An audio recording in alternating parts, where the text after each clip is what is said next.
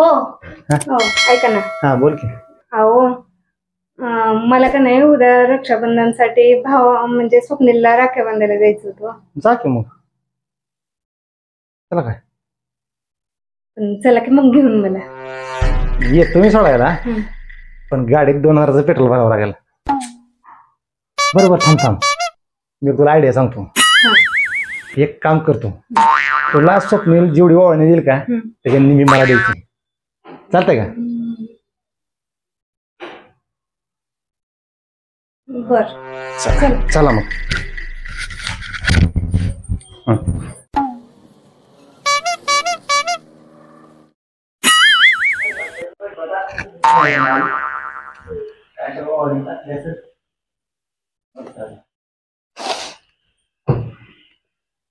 या या या आली का? मग हे घ्या ओवाळणी.